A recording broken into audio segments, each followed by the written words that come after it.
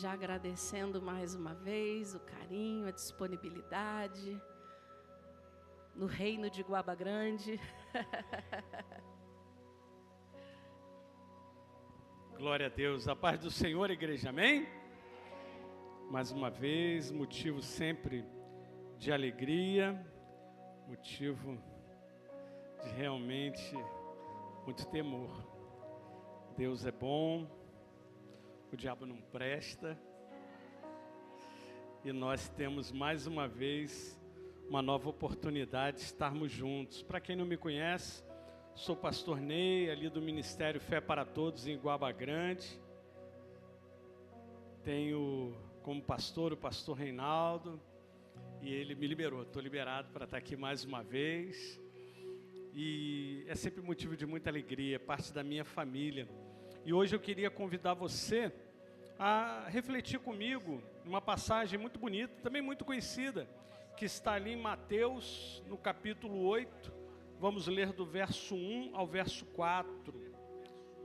Mateus, capítulo 8, do verso 1 ao verso 4.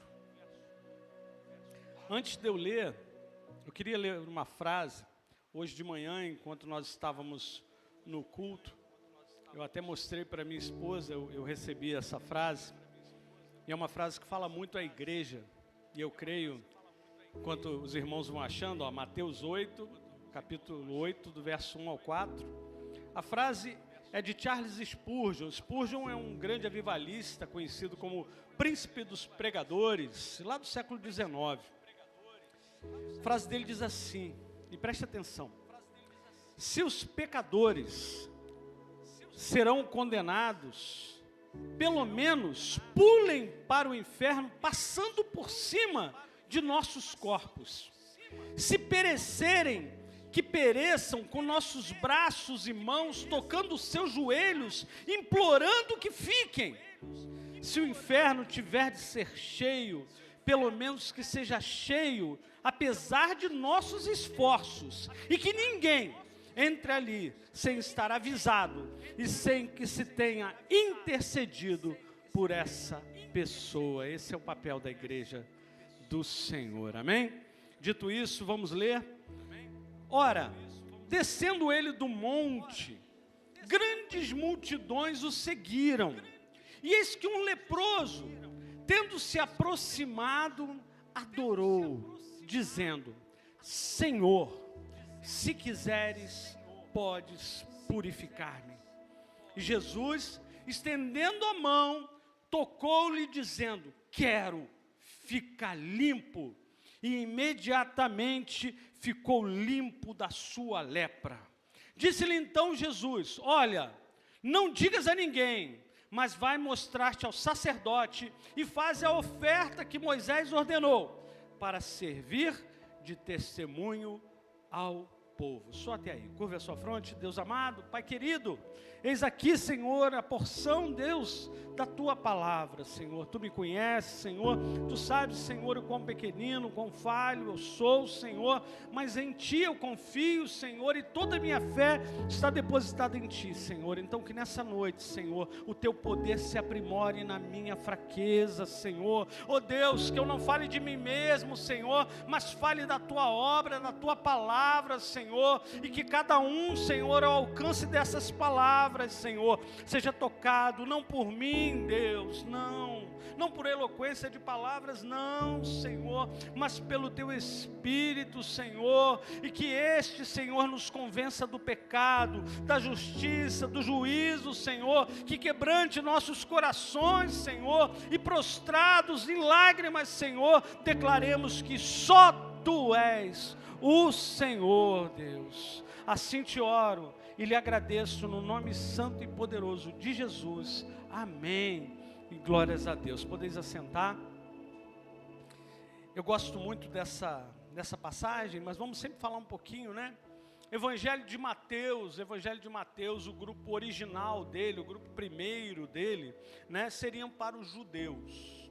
Mateus, ele teve essa missão. Mateus, o que era o publicano, eu costumo dizer que publicano eram os cobradores de impostos, né? Para o judeu, eles iam para um puxadinho do inferno, porque o judeu falava assim, não, porque ele come, Jesus, né? Ele come com pecadores e publicanos, era uma subclasse dos pecadores, né? Era o mais desprezível dos homens.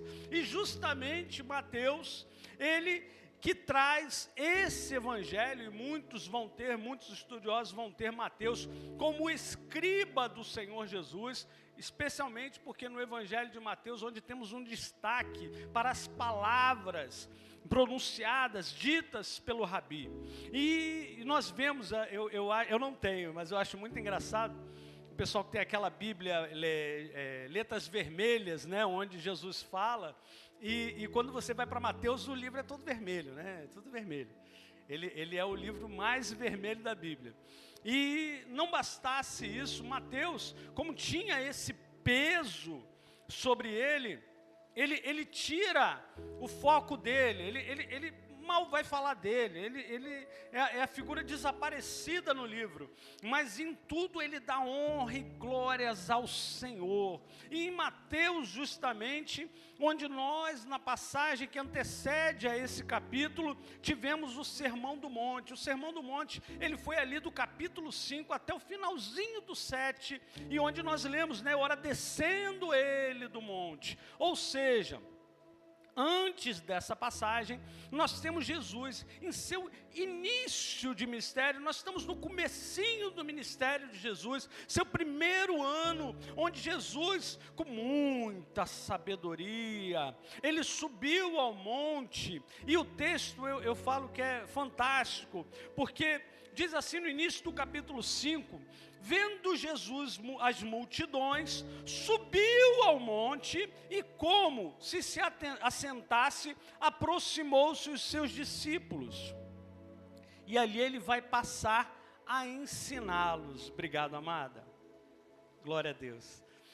E aí você repara que Jesus ele começa inicialmente falando das questões da lei, depois ele vai desdobrando isso, e ele vai trazendo lições impactantes, maravilhosas, que por si só já deram livros, mensagens, sermões completos, e vão dar ainda durante um bom tempo, ou pelo menos até a volta do nosso Senhor, né? E nós reparamos no final, os versos finais do capítulo 7, quando vai dizer no verso 28 e no 29, que tem como epígrafe, inclusive na minha Bíblia, o fim do Sermão do Monte. Quando Jesus acabou de proferir estas palavras, estavam as multidões maravilhadas da sua doutrina, porque ele as ensinava como quem tem autoridade e não como os escribas. Como eu falei lá no iniciozinho, Jesus sobe com muita discrição, ele vai a um ponto elevado, como que se fosse só ensinar os seus discípulos ali, como quem não quer nada. Ele começa a falar ali para os seus discípulos, e todo mundo de orelhinha, né? Porque, eu não vou lembrar, tem um escritor brasileiro que diz que nada interessa mais a opinião pública do que a vida privada, né? Nada interessa mais. Então, ele está falando comigo? Não está não, ele está falando com eles. Ah, é? O que ele está dizendo? E aí todo mundo ficou muito focado no que ele estava dizendo. E ele impacta essas pessoas, porque ele traz uma revelação de Deus a partir daquilo que eles conheciam. Ele não inventou nada, Jesus não inventou a roda. Ele só explicou que aquela roda para que servia. E ali aquele povo que estava carente, aquele povo que realmente carecia, como eu e você carecemos da glória de Deus, da sua misericórdia, do seu amor. Não era diferente naquela época, talvez ao contrário, era um povo muito mais sedento. E ali, quando desce, o texto que nós lemos diz que grandes multidões o seguiram. Repare isso, ele subiu muito na descrição, mas quando ele desce, a multidão o acompanha. E nós vamos ter esse momento da cura desse leproso, que curiosamente ele também vai estar em Marcos e também vai estar em Lucas, sendo que Marcos ainda tem uma pegadinha, depois eu vou falar com vocês, tem um detalhezinho diferente, mas em momentos diferentes. Em Marcos, por exemplo, está logo no primeiro capítulo, mas ele vem após uma série de curas. Já aqui você não tem esse momento de cura prévio. Você não tem esse momento de cura prévio. O que você tem é Jesus se firmando como rabi, se firmando como mestre, como reconhecidamente uma pessoa que tem autoridade. Mas não uma autoridade como os escribas tinham, que era baseado no seu sacerdócio, baseado na sua autoridade social, onde eles reconheciam, tipo, rapaz, o escriba, né, ele é lá ligado lá ao sinédrio e tal, vamos respeitar e tal. Não, não. Jesus, ele manifesta a autoridade vinda do Pai. Uma autoridade como antes, aquele povo que estava 400 anos em silêncio. Aquele povo fica maravilhado, fala, o que é isso? Como pode? Esse homem é um homem simples, um homem como nós. E ele fala de uma forma que nós estamos entendendo. Que coisa poderosa! E quando ele desce desse monte, o texto diz que eis que um leproso, tendo se aproximado, o adorou. Irmãos, para a gente já é um negócio complicado, para aquela época é muito mais. Em todas as passagens que você vê, o texto dizendo, e um leproso se aproximou, eu quero que você tenha muito claramente na sua mente, no seu pensamento, e aquele homem estava pronto a morrer. Aquele homem que se aproxima do Senhor Jesus, ele estava disposto a morrer. Porque a sentença dele, por se aproximar intencionalmente de pessoas sãs, pessoas que não manifestavam a lepra, era ser apedrejado até a morte. Porque a lepra, irmãos, nós estamos falando não somente, naquele momento principalmente, nós não estamos falando só de uma pessoa doente, uma doença terrível, cruel. Nós estamos falando de uma doença extremamente contagiosa. E da qual eles não entendiam como acontecia o contágio. Eles não faziam a menor ideia como é que pega isso. Era visto como uma grande praga. Então aquele homem, com muita intrepidez, com muita ousadia, ele vai em direção a Cristo. Em direção ao Senhor Jesus. E o texto em Mateus, e eu quero que você reflita comigo, Mateus está falando para os judeus. Mateus está dando destaque a um povo que entende da tradição, um povo que entende da lei. E Mateus não somente não diz que aquele leproso se aproximou dizendo, leproso, leproso, leproso, porque era assim que ele tinha que andar, normalmente balançando um sino ou fazendo alguma forma de barulho. Ele não diz isso. Ele diz que aquele homem vem em direção a Cristo e ele vai dizer, tendo se aproximado, adorou. Alguns estudiosos vão alegar que a compreensão de que ele o adorou não é porque ele expressou palavras, mas que antes ele teria se prostrado. Isso é um pouco polêmico, alguns concordam, outros não. Mas o intencional aqui é que de uma forma sobrenatural, esse homem que vai ao Senhor Jesus, ele expressa adoração. Não se adora homens, só se adora a Deus.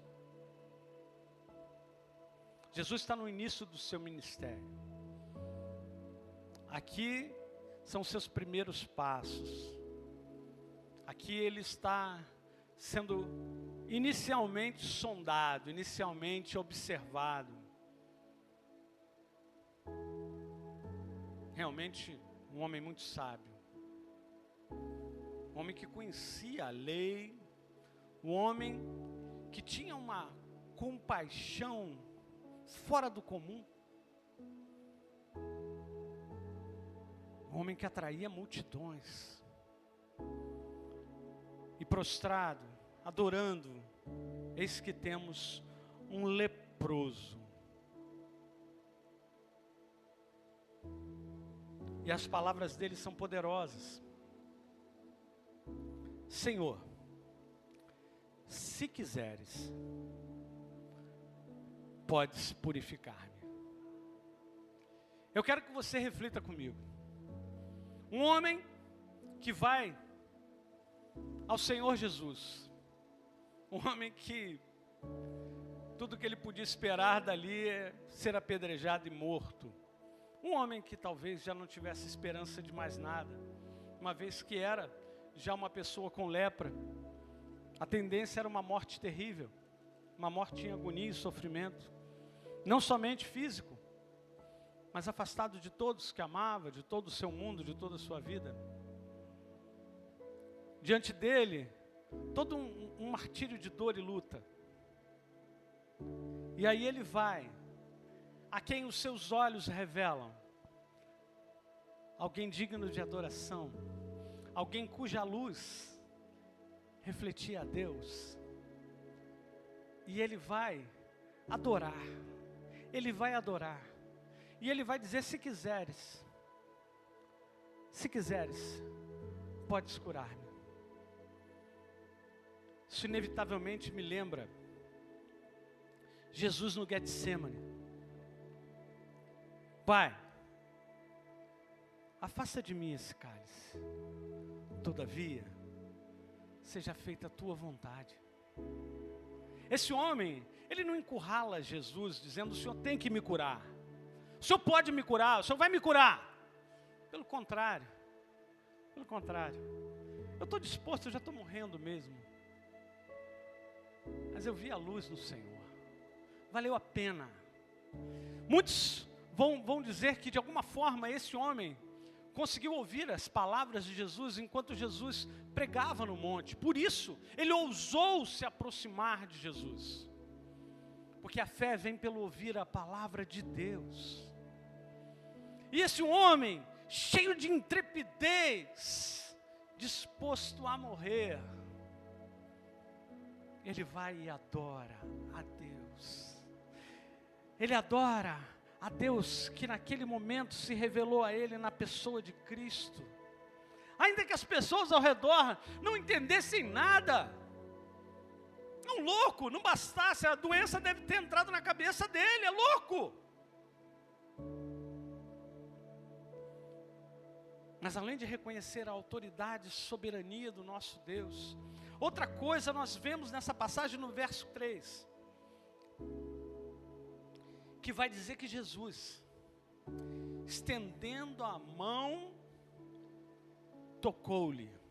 Irmãos, mais uma vez eu digo, pare e pensa comigo. Mateus está escrevendo aos judeus, irmãos. Mateus está tentando revelar a glória de Deus pela vida de Cristo Jesus. E ele entrega, dedura Jesus, dizendo que Jesus tocou no leproso. Rapaz, você tocou no leproso? Rapaz, agora você é leproso. Agora a sentença que estava sobre ele está sobre você também. Você que demonstrou compaixão, mas o que? Você tocou no leproso. Agora você está parte também. Você é indigno como ele. Você merece o castigo que está sobre ele. Mas Jesus falando para mim e para você, pobres pecadores, criaturas indignas, porque todos pecamos e destituídos estamos da glória de Deus. O texto diz que ele toca aquele homem. Quanto tempo aquele homem talvez não soubesse o que é o toque de um ser humano? mais do que isso, ele não só esbarrou em Jesus, Jesus não deu só um tapinha nele. Quando diz que Jesus tocou, Jesus colocou a mão sobre ele. Uma mão cheia de compaixão. Jesus olhando, e eu creio, com muita alegria nos olhos,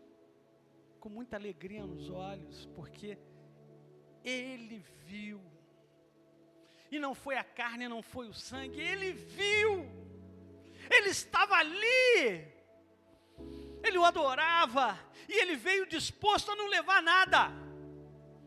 Não se iluda, a cura, que coisa maravilhosa, mas Ele não foi disposto somente à cura, Ele foi disposto a morrer, Ele foi disposto a morrer. E eu garanto a você, que naquele momento que Jesus o tocou, Ele falou, já valeu a pena, pois que venham as pedras, porque assim era o apóstolo Paulo. Paulo em Listra foi dado como morto após ser apedrejado. Paulo, que no caminho de Damasco encontra-se com Cristo ressurreto. Paulo, a partir dali, em naufrágios, em açoites, surras de vara, martírios em prisão, nossa, em todo tempo, por ter encontrado com Cristo, por ter visto Cristo glorificado, estava disposto a essa glória.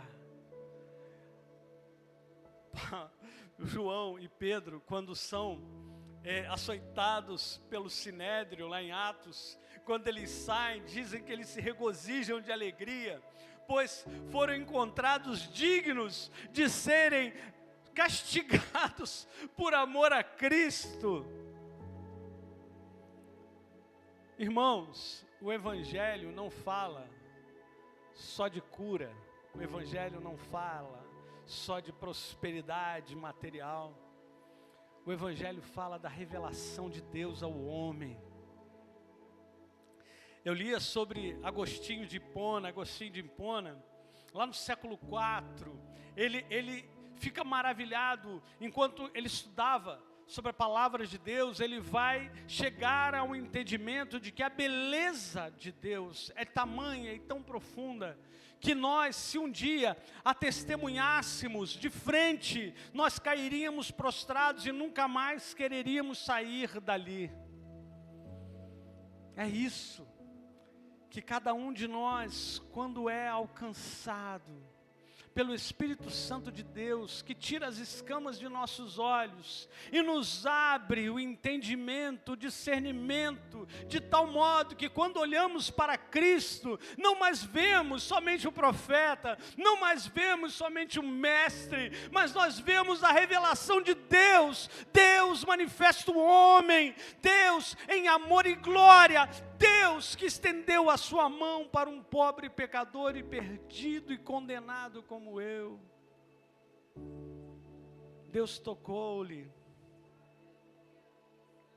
e declara: quero, fica limpo.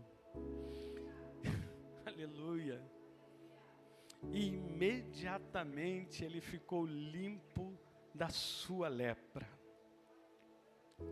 Essa passagem, ela tem uma versão dela, e às vezes é legal a gente ter essas ilustrações em live action, né? Tem agora aquela série, Os Escolhidos, The Chosen, e tem, acho que é nos primeiros capítulos, acho 3 ou 4, e tem uma versão, né, dessa passagem. Eu costumo lembrar, gente, aquela série ela não é bíblica, tá bom? Ela não é bíblica, ela é inspirada, né, nas passagens bíblicas. E essa passagem, ela traz essa característica muito de quando o leproso vem se aproximando dele, e aí na série, né, os próprios apóstolos doidos para atacar uma pedra nele, né, já pronto para pegar em arma, para ir para dentro dele, uma loucura, fica empolvorosa, né? E Jesus vai em direção a ele, os apóstolos, os discípulos ali ficam desesperados, meu Deus, ele está indo falar com o leproso, e ali ele vai, e ele toca, e ele abraça, e ele sorri, e ele se alegra. E ele se alegra com aquele homem, porque aquele homem, eu volto a te dizer, ele não encontrou só a sua cura, ele encontrou o Deus da vida dele.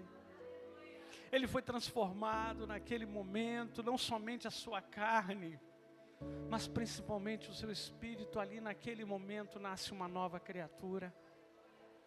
Naquele momento ele se torna verdadeiramente uma testemunha de Cristo. E o verso seguinte vai dizer: disse-lhe então Jesus: olha, não digas a ninguém, mas vai mostrar-te ao sacerdote e fazer a oferta que Moisés ordenou, está lá em Levítico, para servir de testemunho ao povo. E aqui eu quero deixar um detalhe que às vezes escapa.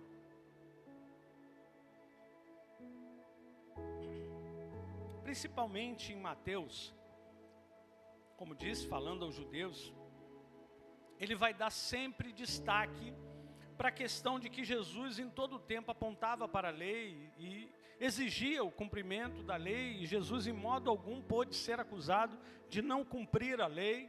E se a lei dizia que aquele que foi curado de lepra deveria se apresentar ao sacerdote, ser observado pelo sacerdote, se eu não me engano ficava coisa de 3 dias sob observação do sacerdote, e ao concluir aquele período, sendo atestado realmente a sua cura, ele fazia o sacrifício devido, e tendo o testemunho do sacerdócio, falava: esse homem agora está limpo, pode ele retornar ao convívio da sociedade. Assim determinava a lei. E Jesus em nada contraria a lei. Jesus dá testemunho. Aqui o texto fala, ele falando para o homem: amém, foi curado, irmão, mas vai lá no templo e cumpre a lei. Faz o que é certo. O único que vai dar um destaque, vamos lembrar que o Evangelho de Marcos é escrito para os romanos. E em Marcos, ele vai, em Marcos no verso 44, se eu não me engano, vai dizer que ele sai falando para todo mundo. Ele sai falando para todo mundo. Ele não vai primeiro o sacerdote, não. Ele sai falando para todo mundo que ele foi curado. De tal modo que depois dali, aonde quer que Jesus ia, tinham multidões ao seu redor. Então aqui eu destaco que nessa passagem maravilhosa que nós lemos, 3 pontos muito importantes ficam destacados, que é a autoridade de Jesus. E uma autoridade, não uma autoridade de homem, não, mas uma autoridade soberana, uma autoridade como dita em João, no capítulo 1, no verso 3, que vai dizer que todas as coisas foram feitas por intermédio dele, e sem ele nada do que se fez teria sido feito, porque ele é o Verbo que se fez carne, ele é a palavra mediante a qual todas as coisas foram criadas. Sem ele nada do que poderia existir. Paulo em Colossenses, eu gosto muito, Paulo dá um extremo, em Colossenses no 1º capítulo, verso 16 e 17, ele diz assim: pois nele, em Cristo Jesus, foram criadas todas as coisas no céu e sobre a terra, as visíveis e as invisíveis, sejam tronos, sejam soberanias, quer principados, quer potestades, tudo foi criado por meio dele e para ele. Ele é antes de todas as coisas, nele tudo subsiste. Jesus é Deus. Essa é a autoridade que repousa em suas mãos. Quando eu e você, que oramos, e como diz a palavra, olhamos ao Pai, no nome de Jesus, sabemos que há o Espírito Santo que nos converteu, e é esse mesmo Espírito que leva à presença do Pai as nossas orações, que transforma em palavras os nossos gemidos inteligíveis. Ele é o intercessor. Jesus é o que se sacrificou, e o Pai é aquele que tem a bênção, o galardão sobre nós. O mistério da triunidade de Deus, a inexplicabilidade, não tente explicar que você vai se perder. Porque Deus é Pai, Deus é Filho, Deus é Espírito Santo.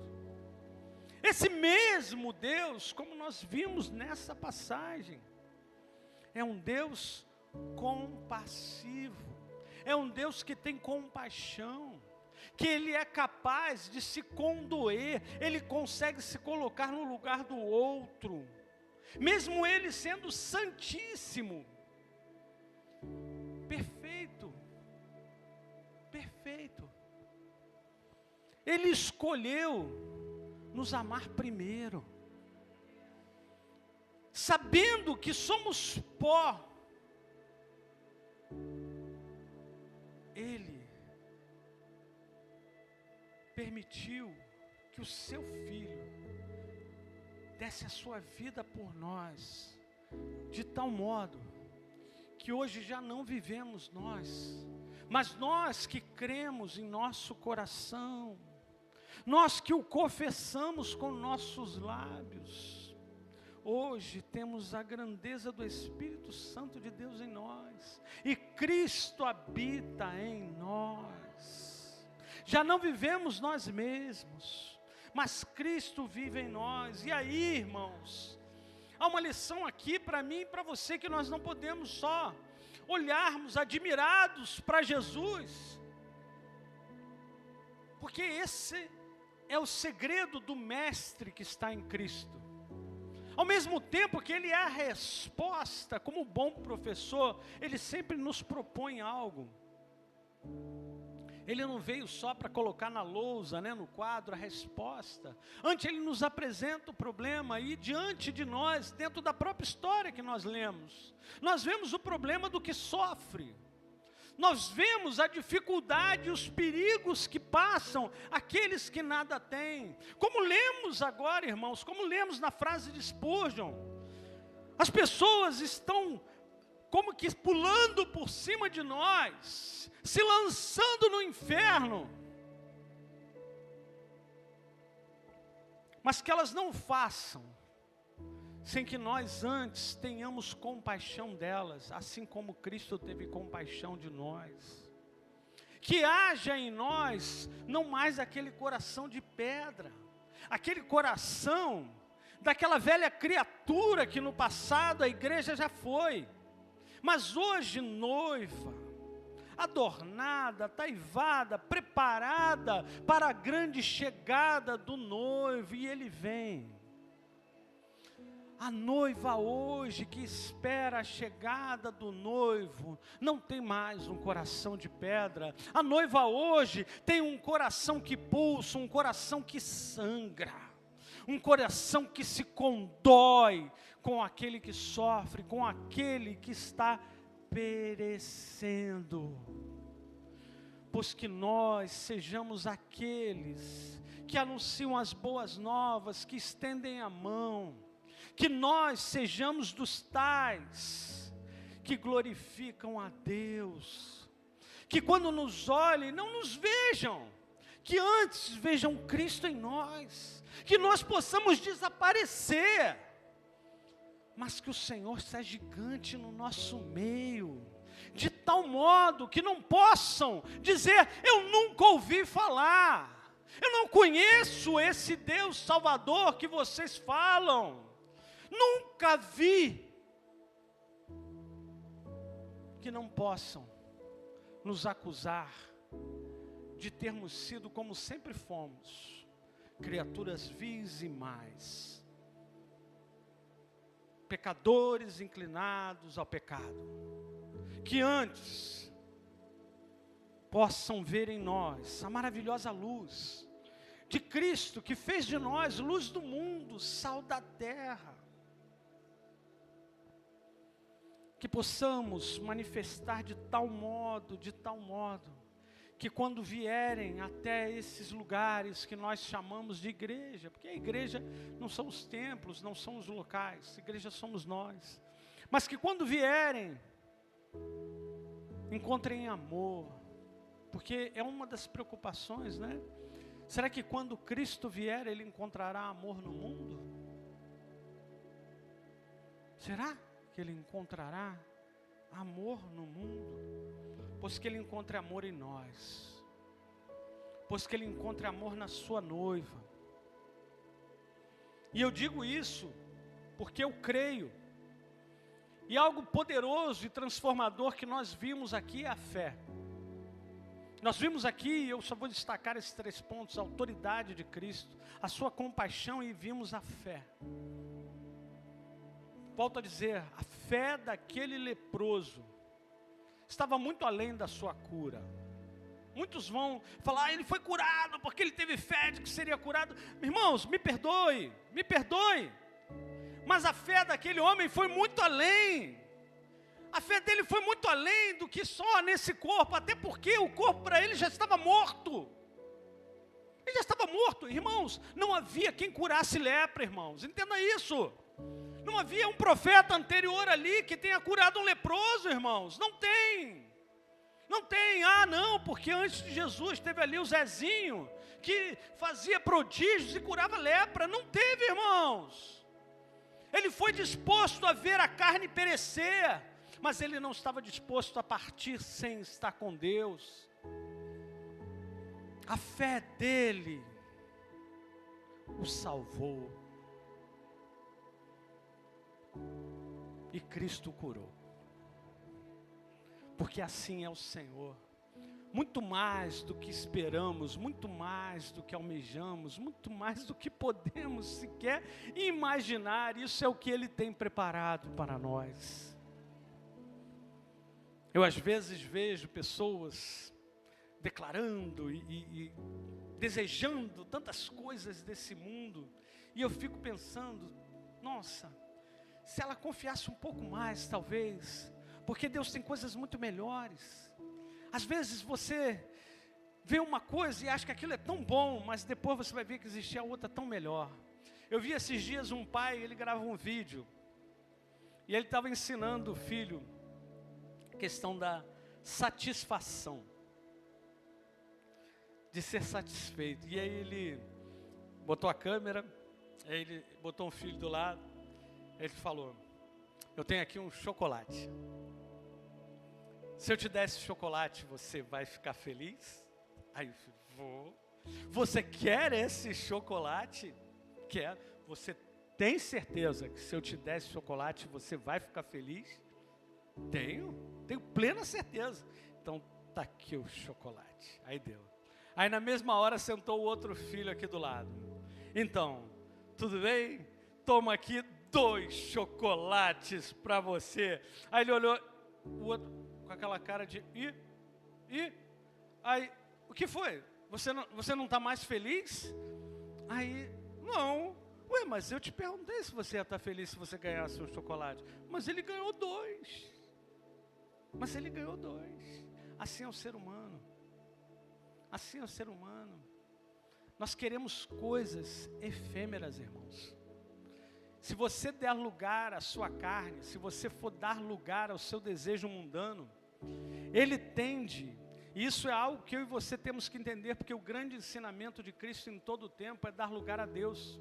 O Senhor Jesus, Ele vai falar, nada do que vos disse de mim mesmo, nada que fiz por mim mesmo, antes tudo que falei, tudo que fiz, eu fiz segundo a vontade do Pai, para que este fosse glorificado. E nós vemos o agir do Espírito Santo em nós, que em nada se exalta. Nada se exalta. Você quer glorificar, você quer deixar o Espírito Santo feliz? Exalte a Cristo. Fale, o Senhor Jesus é o meu Deus, Ele é o meu Senhor, Ele é o meu Salvador, nele eu creio. E o Espírito Santo, meu irmão, aí você vai ver a brasa arder, aí você vai entender o que é o propósito de Deus. O propósito de Deus é que nós não vivamos mais para o nosso eu, Esse morre, irmãos, esse morre. Mas o Deus em nós, Ele é eterno. Ele é maravilhoso, Ele é perfeito. Ele é digno de honra, glória, louvor. Pois que a nossa fé agrade a Deus. Que não tenhamos uma fé para agradar ao nosso eu.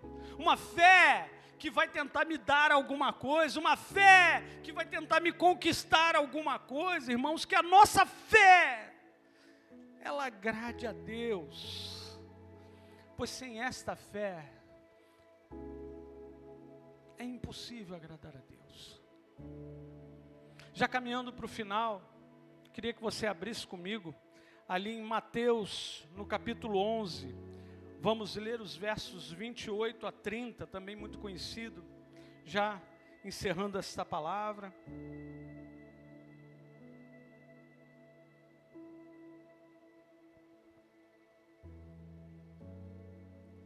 Mateus, capítulo 11, versos 28 a 30. Diz assim: vinde a mim, todos, os que estáis cansados e sobrecarregados, e eu vos aliviarei. Tomai sobre vós o meu jugo, e aprendei de mim, porque sou manso e humilde de coração, e achareis descanso para a vossa alma, porque o meu jugo é suave, e o meu fardo é leve. Jugo, alguns aqui talvez conheçam como cangalha. É aquilo que é posto sobre, normalmente, os ombros dos bois, para puxar uma carroça ou alguma coisa. Normalmente, até há, mas normalmente é feito para no mínimo 2 animais. É um jugo que é posto sobre 2 animais. E Jesus diz para nós tomarmos, nós que estamos cansados, nós que estamos sobrecarregados. E Ele não está falando aqui de questão física, porque Ele vai dizer que o que vai ter descanso é a nossa alma. Ele está falando aqueles que estamos afligidos, aqueles que estamos angustiados. Nós devemos tomar um jugo e colocar esse jugo. Ele vai dizer que é suave. Mas antes Ele diz, toma esse jugo e aprendam de mim. Aprendam de mim, porque eu sou compassivo. Eu me condoo. Eu não desprezo o que está ao meu lado. Antes eu me coloco no seu lugar. Antes o Deus Todo-Poderoso, Ele se coloca junto a nós sobre o mesmo jugo. E Ele alerta: tem um fardo. Tem um fardo. Mas esse fardo é leve. Sabe por que é leve? Porque você não vai carregar sozinho. Você sabe o que é esse fardo? É tomar a sua cruz. Não tem outro caminho. O caminho é estreito. É um caminho longo às vezes. É um caminho difícil. Mas é o único caminho. Atalho não é caminho. Caminhos largos não conduzem a Deus. O único caminho, a única verdade, a única vida, repousa em Cristo, nosso Senhor, nosso Salvador. Agradeço a oportunidade, clamando que o Senhor Jesus possa concluir em nossos corações e mentes tudo aquilo que eu não fui capaz de falar, mas que antes e acima de tudo, o seu nome seja glorificado, a sua palavra seja viva e eficaz e transformadora dentro de cada um de nós. Amém? Agradeço a oportunidade, pastor Andréia.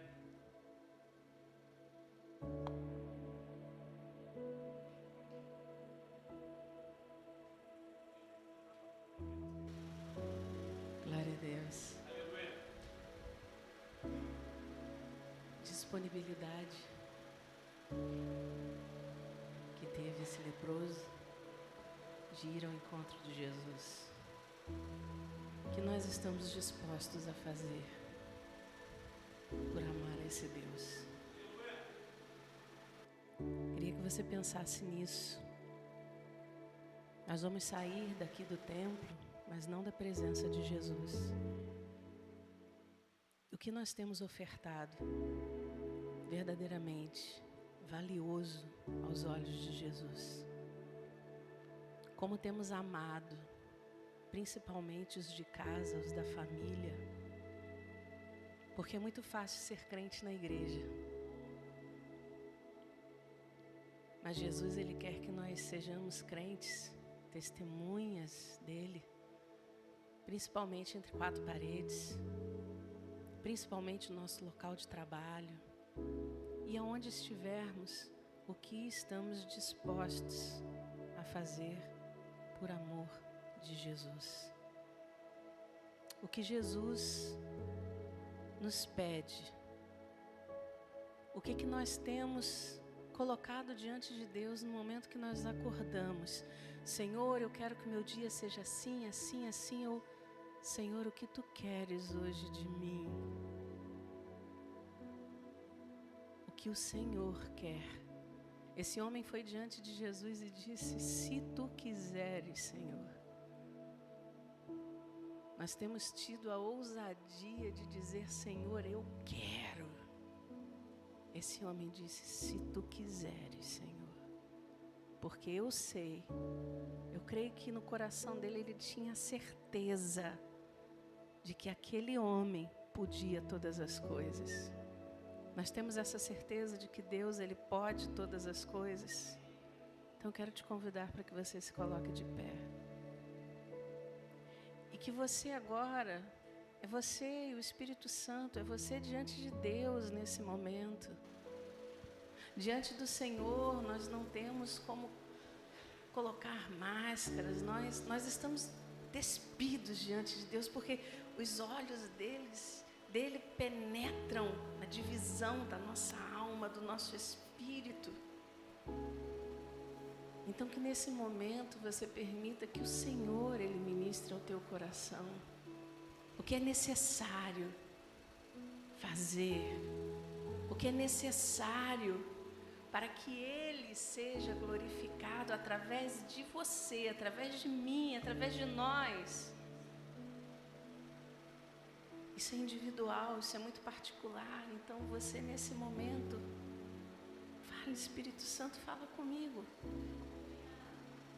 Porque se Tu quiseres, Senhor, Tu podes fazer todas as coisas na minha vida, através da minha vida.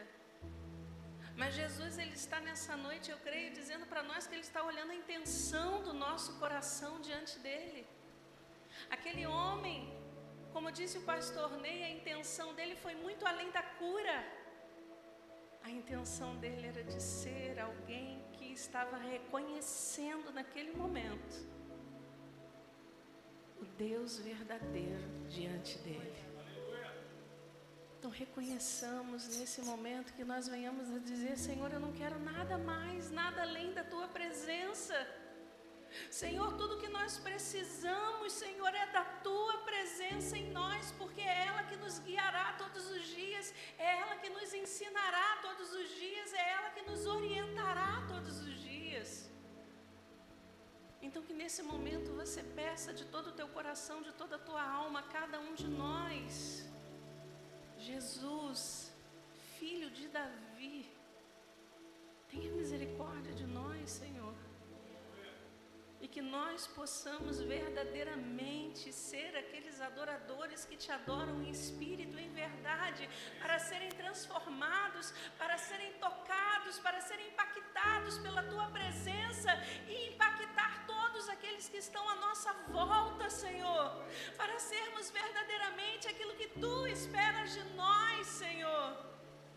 Que nessa noite nós possamos Te dizer, Senhor, o que Tu queres de nós, porque se Tu quiseres, Tu podes fazer tudo. Aleluia.